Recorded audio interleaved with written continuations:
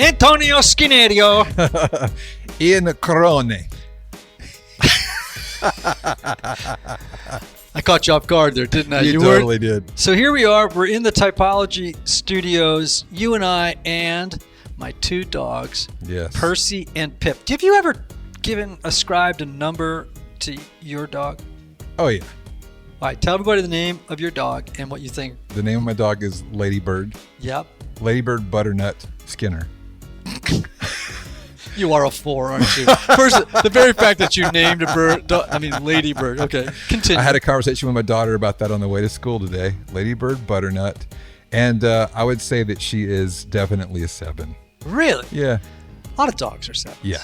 Right? She's always trying to put a smile on your face. Yeah. You know? It's kind of hard typing dogs, but I'm pretty sure about my dog side. Pip is definitely a 5. Okay. No question about it. That dog is a 5. Really? Oh, now Percy, on the other hand, is pure 9. Pure 9. Oh, just so eager to please, happy, go along to get along. I mean, just the greatest easygoing. But Pip, Pip sits in a corner and just stares at you. She's just observing everything, man. And we're, Percy's tail is wagging, jumping in your lap, licking you. I feel that, yeah.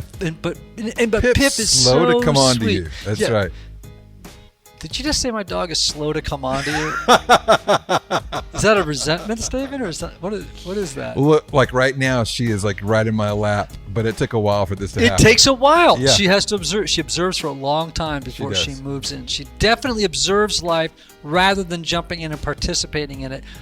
Eventually she does, but it takes a lot of warm up for Pip. And when she comes in, she's got that, six loyalist wings. She's there for you. She's a sweetheart. Yeah. I love my Pip. Talking about you, baby. I love my Pip. And I love my Percy. Look at that tail wagging. He's just ready to jump into my lap. Okay, well, enough talk about dogs. Let's talk about our amazing guest. Today. Yeah. We have an amazing guest today. Her name is Amy Downs. And Amy has one of the most dramatic stories we've ever had on this show. Mm-hmm. She's a survivor of the Oklahoma City bombing. Yes. She's the author of a brand new book called Hope is a Verb. Mm-hmm. And we have a great conversation. First of all, it is terribly moving, right? There's absolutely. We have a lot of near-tear moments in this thing. Yeah. Secondly, she comes on the show uncertain if she's a 3 or a 9, so right? We get to talk through all that. We get to talk through that, and I think we kind of arrive at a place. Yeah. Of course, she has to verify it herself, but that was really interesting. It was. And then talking about this incredible transformation that occurred in her life as a result of her surviving this bombing. Yeah. And also she's very familiar with the Enneagram. She uses it in her business. Right. And I mean, it was rich. Yeah, really rich. And we talk about trauma too in this one. Again. Yeah, again. Which leads me to the next thing, right? We were talking earlier about the new Typology Institute membership. Yep. Which is, we're going to hear more about it at the midpoint of the show. That's right. But this is a brand new resource for Typology listeners, for anybody that wants to kind of take a deeper weekly dive into the, into some other topics of the Enneagram. This month's emphasis is on trauma. Is on trauma. And so we had 2 episodes that we recorded today, and trauma came up. Yeah. And man, it's a big topic with the Enneagram. Yeah. The Typology Institute membership is awesome. Like you said, we're going to go into it, but an extra podcast, lots of really great things. Oh yeah, you get a newsletter, you get a free town hall, right, to be on live with me for a Q&A every month, and so all kinds of good stuff. You'll hear about it at the midpoint. I hope everybody will join on. We sent out an email earlier this week, and man, people are flooding to it. So I hope we'll get more people on board with the Typology Institute membership. Okay. Yep. Now, enough talk about that. Let's talk about Amy Downs. Let's get to talking with her. I know that folks will be as moved and as impressed with her journey as we were. So let's get to it. Amy Downs, welcome to Typology. I am thrilled to be here. We are thrilled to have you. You have an amazing story. We're going to have a wonderful time today talking about what life is like for you as we think, a 3 with a 2 wing. We're going to talk a little bit more about that because your story is so dramatic. You might, in fact, be a different number, and we're not sure because of that. And I can't wait to jump into it. Tell folks your amazing story and also about your new book, Hope is a Verb. Yes. So my previous life go back to 1980s. Okay. That was the time period where I had amazing hair, and it was also an era of amazing music. Um, I flunked out of college, didn't know what I wanted to do with my life, had a bad breakup, was really spiraling down. And I thought the answer to that would be to get married very quickly to the first person who wanted to marry me, and that would fix everything. And of course, that doesn't ever fix you. So I had a long period of my life where I was very complacent. I gained 200 pounds. Um, I would almost describe myself as an unhealthy 9, I guess, in reading your book, the description of that. And then in 1995, the Oklahoma City bombing occurred, and I worked on the third floor of the Murrah building, front and center. And when the bomb went off, I fell 3 floors and was buried under about 10 feet of rubble. And didn't lose consciousness. I remember all of it. And there were a couple things that happened in that situation that I think really shaped the person I am today. One is right before the bomb went off, one of my coworkers who was 7 months pregnant came and sat down beside me. And I was a very immature 28-year-old. And this was someone in the office that, for whatever reason, irritated me. So I was actually ignoring her, signing on my computer, doing other stuff because it was an irritant to me. What does she need? And when I finally took care of everything else and turned to finally say, what do you need? The bomb went off, I think, before I even said, what do you need?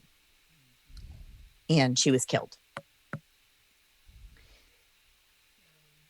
So I fell 3 floors, and I remember hearing the roaring and the screaming, and there was a woman screaming right in my ear, Jesus, help me, Jesus, help me. And then me realizing that was actually my voice. That was me screaming. I didn't even recognize the sound of my own voice.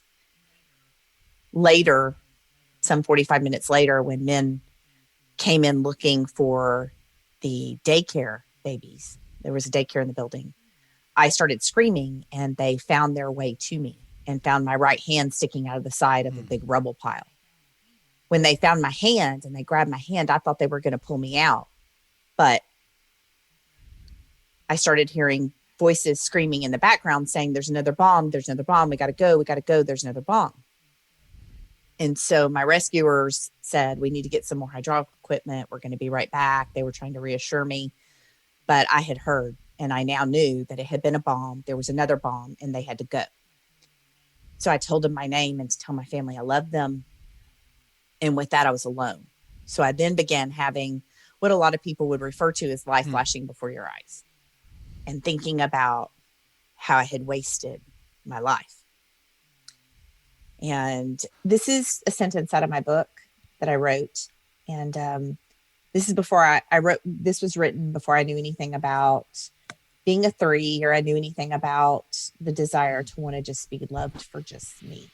So this is when I was buried in the rubble, and they told me there was another bomb that was going to go off, and they had to leave me.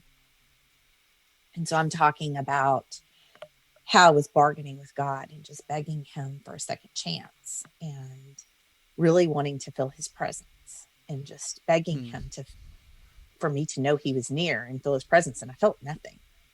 And anyway, so I said he didn't agree to any of my offers. I can't explain how I know, but I did. He was full of joy right now, though, holding me just as I was. He didn't love me. He didn't love who I might be in the future. He didn't love my past decisions. He loved me in that moment. He loved stupid, big, selfish Amy. It was unconditional love. Here, seconds before I was about to die, I had everything I'd ever wanted, singing to God as he embraced me. But that's the desire, that we have to be just loved for who we are. And it's just a reminder that there really is only one person that truly loves us for who we really are, So anyway. Wow. And of course there wasn't a second bomb, and that's why I'm here today. And it took them 6.5 hours to get me out. And I remember when they finally, after that 6.5 hours, I was buried the entire time. They pulled me out from under the rubble and put me on the back of a gurney, took me out of the back of the federal building. And I remember taking that first breath of fresh air and looking up at the sky and promising God, I will never live my life the same. And they took me to the hospital, and I would find out one by one that 18 of my 33 coworkers were killed. My best work buddy, Sonia, who had 2-year-old and 3-year-old baby girls at home, was killed. And just person after person. I would get phone calls during the week with family members asking me if I remembered what so-and-so was wearing that day. And even though I had seen all my friends that morning, I couldn't remember what anybody was wearing. So I say all that to say that as the years followed, the grief and the trauma was, although I wanted to start this new, I'm going to live my life different, it took some years to get some traction because of working through a lot of grief and trauma and survivor guilt. But I never lost that moment of just, I'm going to live my life different. And at first, the only thing I could do different was some spiritual changes, knowing I wanted to have a relationship with God. I didn't, there were some changes I made immediately that I could make, but a lot I couldn't make. My company I worked for was a financial institution, a credit union that was in this building. And our sole purpose was to serve the people in this building. And it was our only location, and it was rent free, and it was destroyed, and there was no plans for a new building. We lost over half our staff. So we had to figure out very quickly what we were going to do to survive. And it became very personal because it felt like if our credit union didn't survive, it meant the memories of those we loved would disappear, which is not true, but it just became this personal thing. So we started learning very quickly how to set goals, action steps. Like it's amazing we made it. I look back now, I'm like, we should have gone under. I can't believe it. But we did, we survived. And I began learning this sort of method for how to set goals and accomplish them. And that started bleeding over into my personal life. I started using what I learned to I want to go back to school. I want to get my degree. And I'd previously flunked out because I couldn't pass the remedial math class. And so as I began to have success, it just bled over into all the other areas of my life. And it was kind of like I became sort of addicted to achieving and the success. And I just kept leveling up. And that's how I describe it. I start every morning out asking myself, if I had a magic wand, what would I do? What would my life look like? Who would I be becoming? And then given my current situation, my current limitations, what are the smallest steps I can take? And I just feel very driven now. And then that's also has been a little problematic when COVID hit.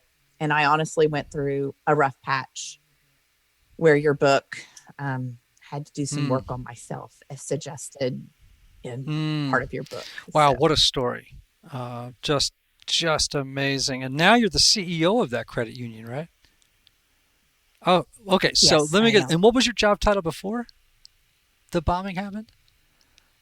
A teller. I was Okay, a so teller. you went from teller.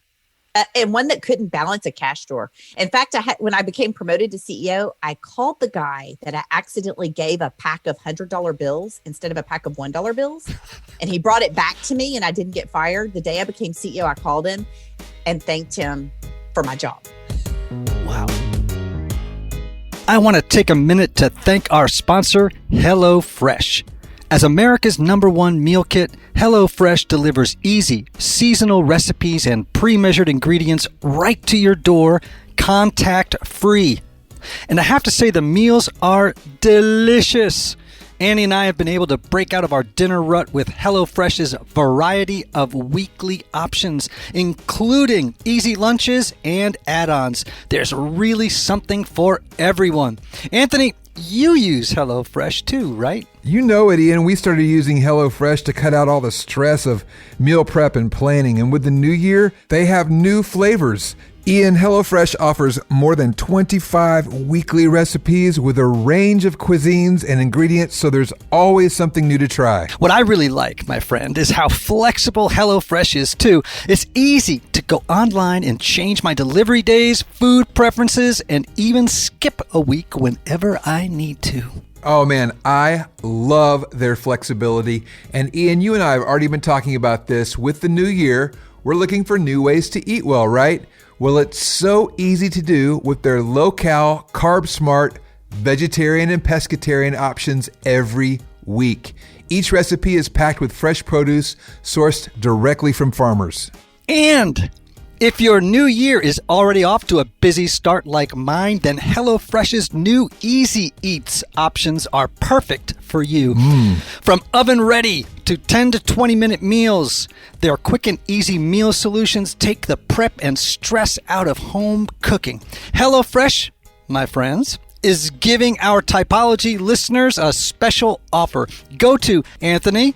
Thank you, Ian. Yes, HelloFresh.com/Typology12 and use code Typology12 for 12 free meals, including free shipping. Ooh, I like that. That's HelloFresh.com/TYPOLOGY and the number 12 and use code TYPOLOGY12 for 12 free meals, including free shipping. So you were 200 pounds heavier. You described a life that just felt disappointing and one in which perhaps you just failed to live up to any measure of, living up to your potential, right? Tell me about what your childhood was like and how, because part of the thing I'm wondering here, we talked about this before we started recording. You're like, well, I don't know if I'm a 3 with a 2 or I was a 9 and then went to the high side of 3, as a result of the bombing. You know what I mean? So I'm curious a little bit. Tell me about, just briefly, what you were like as a kid, what your mindset was like in those years. So I grew up in the South in Louisiana in a Christian home. My dad went to work every day. My mom stayed home.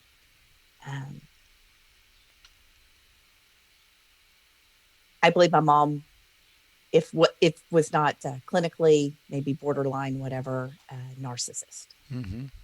So I did learn very early on to flex my personality or adjust or adapt to make her happy. As my brothers and sisters, we kind of joke that we can't ever do anything normal. We always do things extreme. So all of us have become, we kind of have all had this achievement thing going on in our lives. And I don't know if that's where it stems from, but I would guess that it probably has some impact, on us. And yet, you say you all have an achievement orientation, but here you were, not living up to your potential, not achievement oriented, it sounds like. It sounds like maybe if I were going to use a word, we talk about the vice of the 9 being sloth, meaning a spiritual laziness, a kind of laziness around self-development, about becoming the highest expression of oneself, falling asleep to your own desires and wishes and dreams, usually to merge with those of another person or with a group, or I'm talking about the 3 different subtypes here, to merge with comfort, which often comes in the form of food, binge watching. It could be exercise for some people, but it's the pursuit of anything that supports the 9's sense of well-being, right? And it's a way, we call it narcotization. It's a way of numbing out. Yeah. You might tell yourself, it's like, no, I'm just being a peaceful person. It's like, no, you're kind of drugging, right? And what the 9 is drugging is not only their anger, but their, a lot of these soulish desires that come up and disturb their inner peace. And they just want inner peace. Want inner peace. I would lie to myself about my life because I couldn't face really what my life looked like. So there were some things in my life I I always say now, I don't ever want to forget who I am. I like, for another person, I want to remember who I am. What do you mean by that? To forget who I am for another person? What does that mean? I do think there has been a tendency for me in the past to avoid conflict to the point of,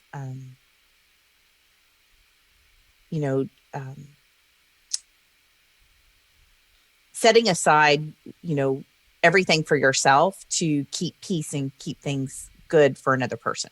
And so it's interesting you just say that. If your mom is a what's called a narcissistic borderline, they tend to be explosive, unpredictable, rageful. In fact, rage is what's holding the personality together for the borderline. It's sort of the glue of the personality. And the rage is so, the only word is it's you don't have any idea of when it's coming. And it could be a teeny thing that sets it off, or, you're always, in fact, there's the most famous book on borderlines, of course, is called Walking on Eggshells. And so it's that sort of experience. And that could really create a 9 personality, right? That kind of, how do I blend into the background in order to just kind of keep the peace and not arouse conflict and anger in the atmosphere. I don't know if that's your story, but in my mind, it could be.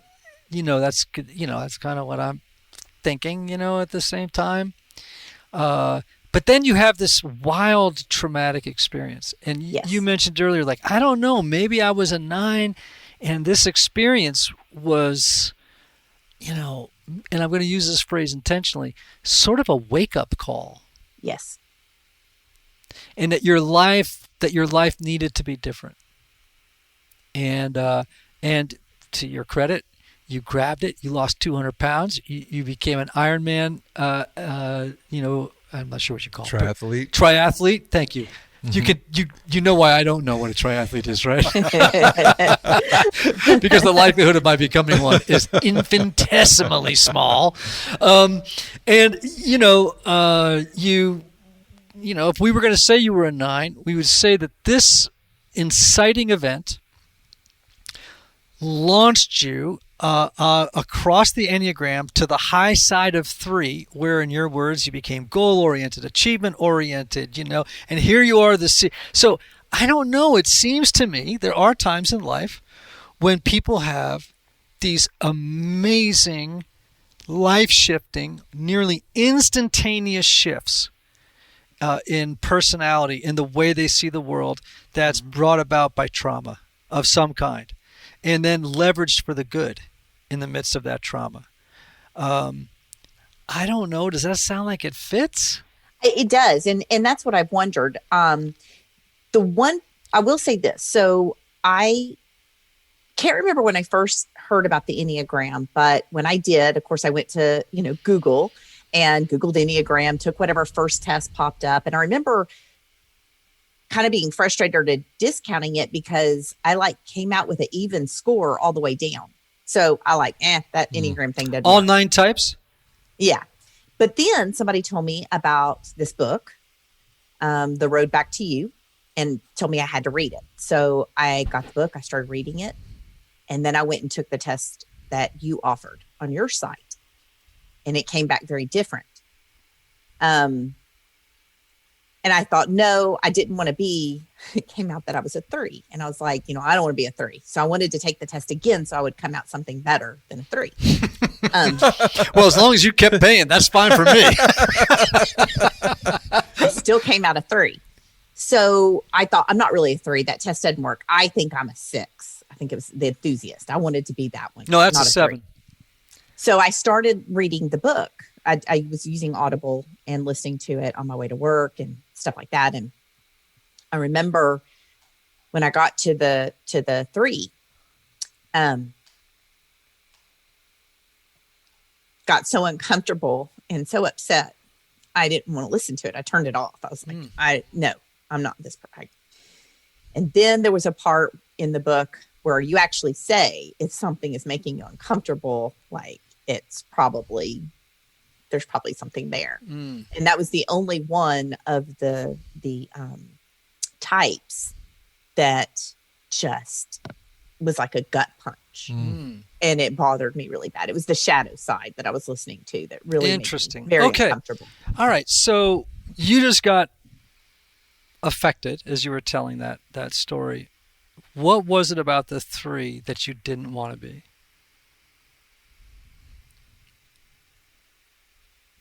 I think it was the self-promotion, the winning at all cost. I'm more comfortable at work than I was at home. Mm-hmm. My son was 4 weeks old when I remember justifying to myself that I needed to go back to work because they needed me. Like, I had to go back to work. When the truth is, I felt more comfortable at work than I did at home. Being a mother, I didn't know how to be I was struggling. And so reading that just disturbed me, because I heard and saw things in there that I guess I knew to be true deep down. And it really shook me. Now, what's interesting is I was having, at this point, this book was making such an impact on me that I asked my entire executive team to take the test as well, because I really wanted us to work together to understand each other better. So I knew that my CFO was an 8. When I got to the chapter on 8, and you talk about how oftentimes they have, a childhood experience where it's very tough. They go through, they have like maybe a tough parent. I remembered, because we'd worked together for 25 years.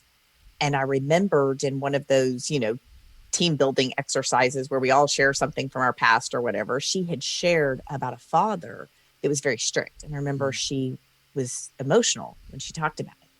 Well, then in my car, as I'm listening to you describe an 8 as a child, or, one scenario of an 8 as a child, it hit me. And I'm once again on my way to work crying.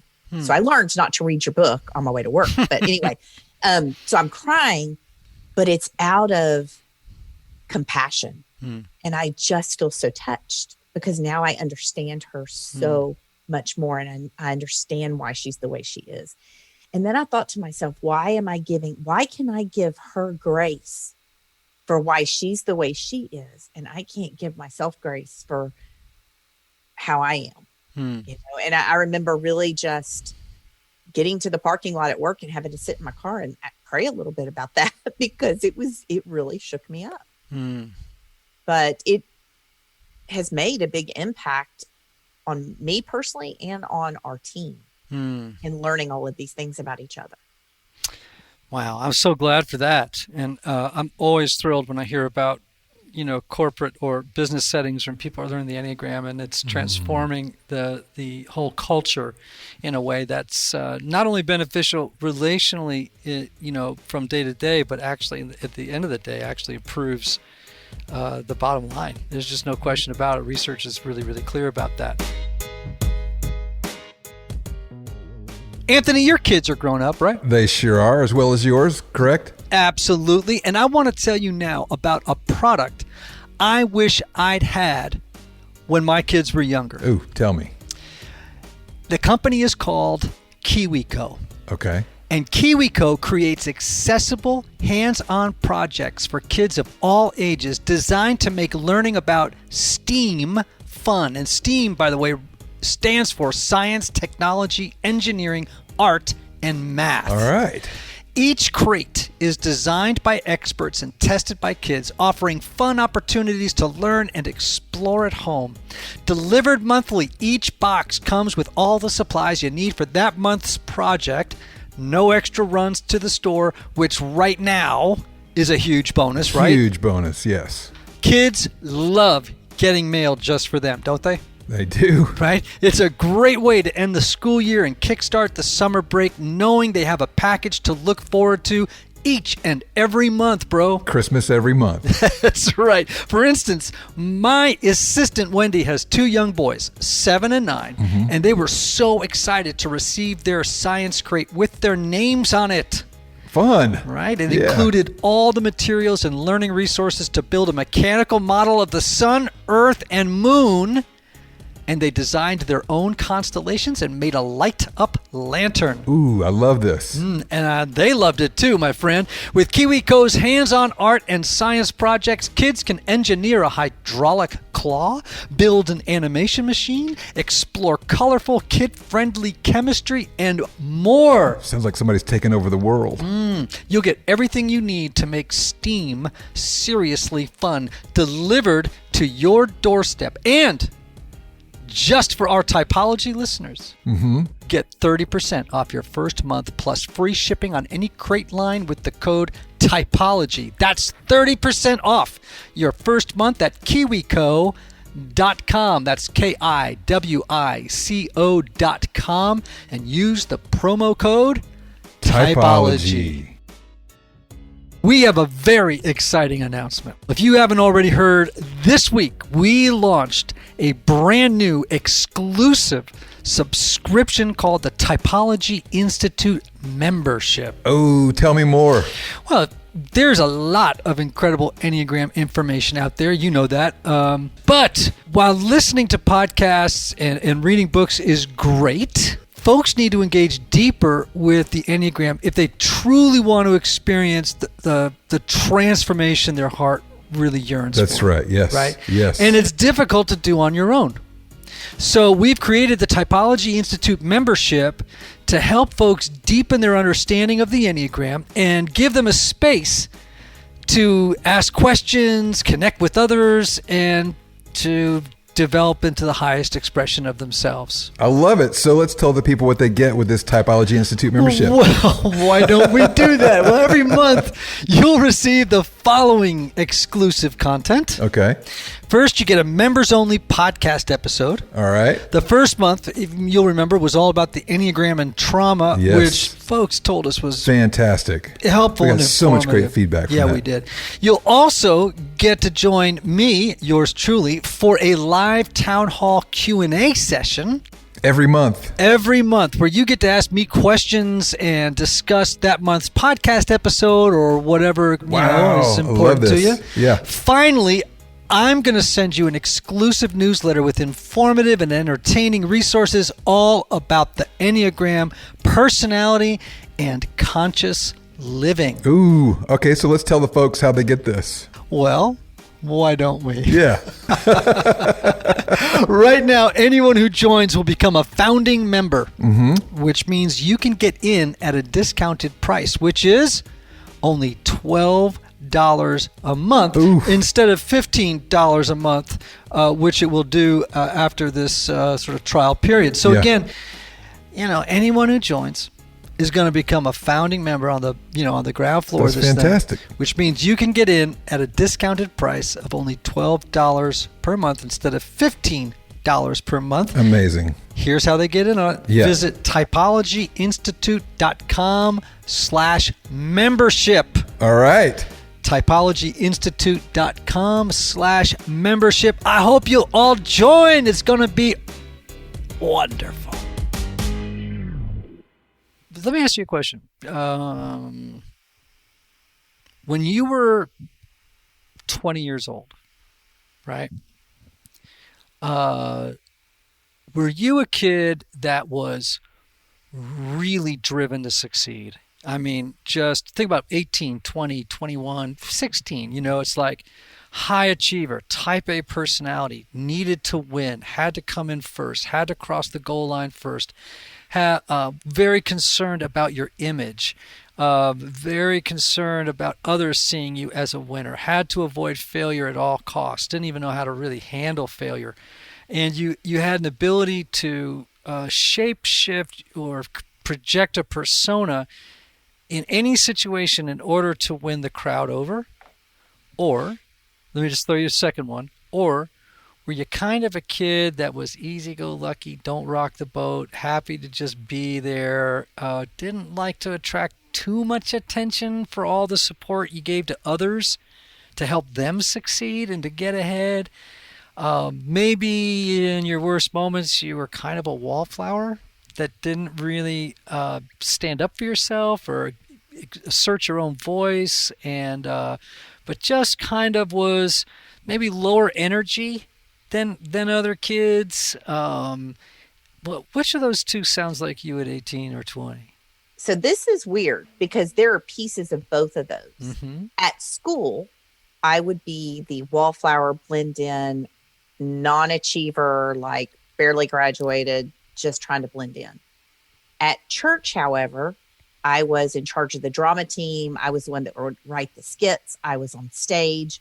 Our team ended up going and performing at other churches, and I loved being on the stage. When I stepped on a stage, it was like something happened, and I loved making the crowd laugh.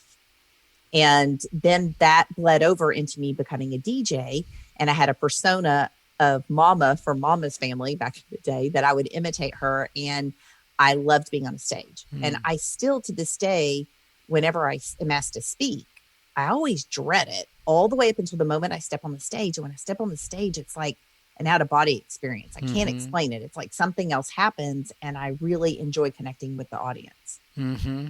Okay. So when you're under stress and you're feeling, kind of freaked out or whatever, do you become kind of paranoid, a worst-case scenario thinker, more anxious than usual, sort of a little paranoid, like everyone's out to get me, no one's, that sort of a thing? Do you become more self-questioning and self-doubting? And when you're doing really well, are you, acting like a really healthy 3, right? In other words, more goal-oriented, achievement-oriented, driven, hardworking, okay? Or when you're, do you see where I'm going? Does that sound like you? So the one thing that did sound like me is I will do worst case thinking, but not in an emotional way. And so I think that might be something I've learned as a leader, is to always look at what is the best case scenario, what is the worst case scenario, and try to, sort of hedge, try to plan either way. So I will often think, okay, what is the worst situation, and start trying to mitigate whatever that worst situation is. Okay. So here's what I want you to do, because it sounds like, and we don't have time necessarily to do a whole typing interview here. In fact, Anthony, just put a little flag in here that we're going to jump in a second. Could you hand me my, on the very bottom shelf, do you see that book, My Best Self? On the bottom shelf, purple, nope, right there, all the way to your right. There's my, no, the book next to it, to the left of it. Yeah, that's the one I want. Okay. We're going to edit, so don't panic. We know what we're doing. You just need to trust me. Okay, there it is. I mean, here's the thing, Amy. Like, how image conscious are you? Very. You're very image conscious. Very. And I was, even when I will say, even when I was 200 pounds, there wasn't much I could do, but I had the hair and makeup. Mm-hmm. Thank you, Lord. I had the hair and makeup going on. Right. And you're very concerned about how you come off to people, right? Very. When you're with people, can you look them in the eye and sort of intuitively know as you're looking at them, like, okay, who do I have to be in order? Yes, 100%. And I heard one of your guests speak to that, and it hit me, because I was like, I'm not the only person. Mm-hmm. And I used to say, I felt like there was I told my boss one time, I told her, I said, I feel like there's something in me, and I just know how I'm supposed to flex my personality to somebody. And I told her, I said, I feel really uncomfortable because I feel like I could manipulate somebody. And so I would always say to her, I would be telling her a story, and I would be like, I use my powers for good. Like, I used to even joke about it, like call it my powers. I use my powers for good, because I felt like I needed to be honest about the fact that I felt like there was something in me that I was able to connect with people in a way other people couldn't sometimes. Okay. So here's another possibility. And again, I'm just probing here. That's in a typing process. One of the things you don't want to do is, in a typing interview, you don't want to just, kind of take your guess and project it onto the person. You want them to kind of come up with themselves, right? Another possibility is you're a 3, difficult home. You lived at the low side of 9 a lot of the time. right? And you can see that in the description you have of that early adult life before the bombing. And, after the bombing, you, by some, mysterious process, reclaimed your threeness. You know what I mean? Like it was like, wake up, and off you went back to your authentic, type. And so let me just ask you one more question. Do you tend to really over-identify who you are, your fundamental self, with your job? I did until I went through some work to not do that. Okay, but you did do it. I absolutely did that. Okay. And do you have some people in your life, admirable people that you kind of really look up to as the icons of success, that you try to actually take some of their attributes on into your own person? And I did. Who was it, by the way? What admirable person? Or my previous CEO. Okay. That is a very classic 3 move. It's their defense mechanism. It's called over-identification. And so over-identification could be, I over-identify who I am with the institution I work for. I over-identify who I am with my job title. I over-identify who I am with a person or group of people whose admirable traits I want to have in my own life. But you do it to the extent that you lose your authentic self. You lose yourself. Right. And that's over-identification. Right. Yeah. That's the sort of the defense mechanism of the 3. And I did that. Well, I think we're starting to smell a 3. Mm-hmm. I mean, I'm not saying you're a 3, but now I don't know. It seems to me then that a 3 living at the low side of 9 for a long time until they, have this incredible moment, and they, by grace maybe, found themselves back at the high side of 3. And of course, when you heard it, of course, you were looking at the painful side of the 3. We all have that feeling with a type. And you were able, though, to see past it and realize that, that you can work on that stuff, right? Yeah. And be the highest expression of 3. And here's the crazy thing, Amy. Do you know, we call it the holy law. Like, what is it that a 3 has lost early on in childhood that they need to recover as adults? Do you know what it is? I know one of the things that's been difficult is to be loved for just being me, and not be loved for any success or any failure, or not loved because of a failure. Right. And so I'm very thankful I'm married to a 9 who is that person that doesn't care at all about my accomplishments. We just did a 3-9 interview this morning too. That's so funny. With thing. Another woman. Like verbatim what this other 3 said about her husband who's a 9. I want to go back to the holy law here. It's hope. Oh, yes. It's hope. And some will say that's the virtue that authenticity is what the 3 has to move toward, but what they have to reclaim and remember is hope.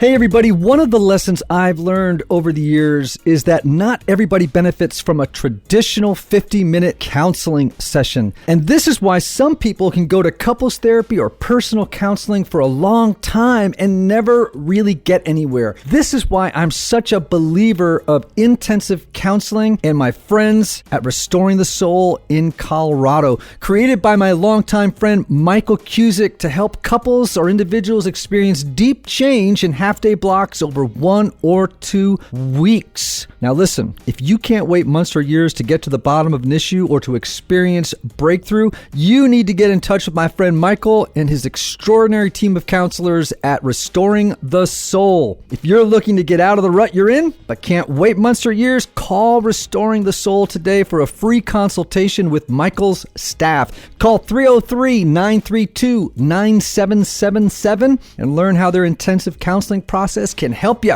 As a special bonus, just for Typology listeners, make sure to visit www.restoringthesoul.com/typology to download their PDF called 5 Ways Unaddressed Trauma May Be Derailing Your Relationships. I want to go back to the holy law here. It's hope. Oh, yes. It's hope. And some will say that's the virtue that authenticity is what the 3 has to move toward, but what they have to reclaim and remember is hope.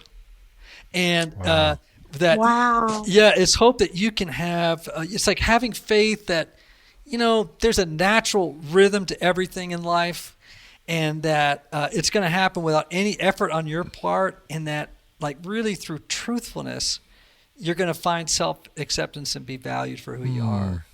Wow. It's just the hope that I don't have to do everything. I don't have to kill everything. Everything in the natural rhythm of the universe, everything's going to get done. And here you have a book called Hope is a Verb. Wow. Yes. And that's what the 3 is hope has to reclaim. Wow, that's beautiful. That's cool. I did not know that. Hey, let's close on that then.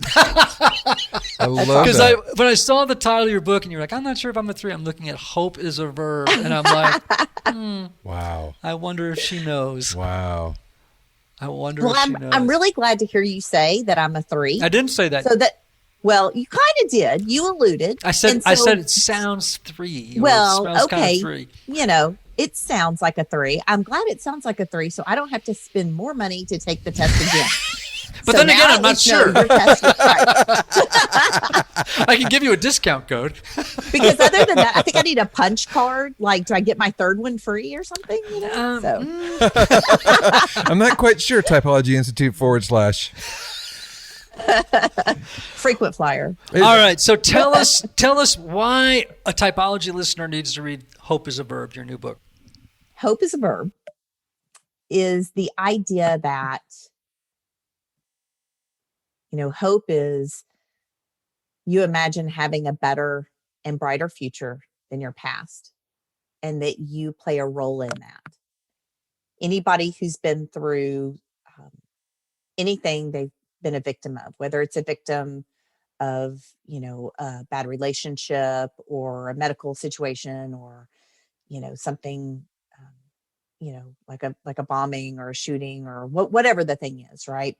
So there's a point in which you are the victim. But in order to really move forward in your life and become that overcomer, I believe you have to take responsibility for the thing that happened to you, even if it wasn't your fault.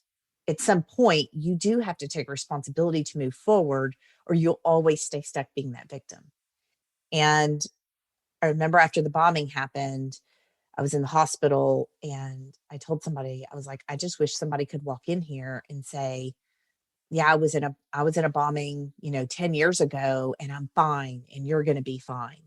And of course, there was not that situation then. This was the first act of terrorism, and actually the largest still to this date in the United States. But when I read Purpose Driven Life, the book by Rick Warren, and started thinking about what had happened to me and how can I use what happened to me to help other people, that's what I thought, is maybe I can be that person who says, hey, I'm over here, I'm on the other side of this thing, and it's going to be okay, and you're going to be okay. And the way I'm trying to do that is by sharing how I was able to take responsibility for a lot that happened in my life, not just the bombing, but a lot of what had happened, take responsibility for then moving forward with my life. So I want this to be a book that encourages other people in their journeys and helps them be inspired in their own walk. And of course, that sounds like the high side of 6, right? The 3 goes to the high side of 6. Right. And they start to be concerned with the very things that you're describing right now. How do I help others succeed? How do I become someone that is less interested in talking about my own success and helping others to realize their own? Amy, what an incredible conversation. And you've given us a really good reason for our folks to go out and read Hope is a Verb. And what's the subtitle on it? My Journey of Impossible Transformation. I love it. Hope is a Verb. My Journey of Impossible Transformation. Yes. Wonderful. Amy, tell folks about your website and about where they can discover you on social channels. All right. My website is amydowns.org, and I have all my social links out there on my website. Fantastic. Wow, everybody. So I want you to go out and get Amy Downs' new book, Hope is a Verb. Listen to her, read about her amazing story of impossible transformation. And what a joy to have you on today to sort of poke around between 3 and 9. And again, it's interesting. We had another conversation today about trauma. And this has been a theme, right? We're doing it in our monthly subscription thing right now about the Enneagram and trauma. We've had 2 people on today talking about trauma and the effect it had on the development of their personality. I think, whenever I hear this, I'm always like, okay, higher power, what are you up to right now? It's like, there's a little divine conspiracy going on here. Apparently, this is a topic we need to address. So, Amy, would you come back on sometime in the near future? Oh, I would love it. Man, what a hoot. Fantastic. Well, Enneagram Tribe, remember these words. May you have love. May you have joy. May you have peace. May you have healing. And may you have rest. Until next time.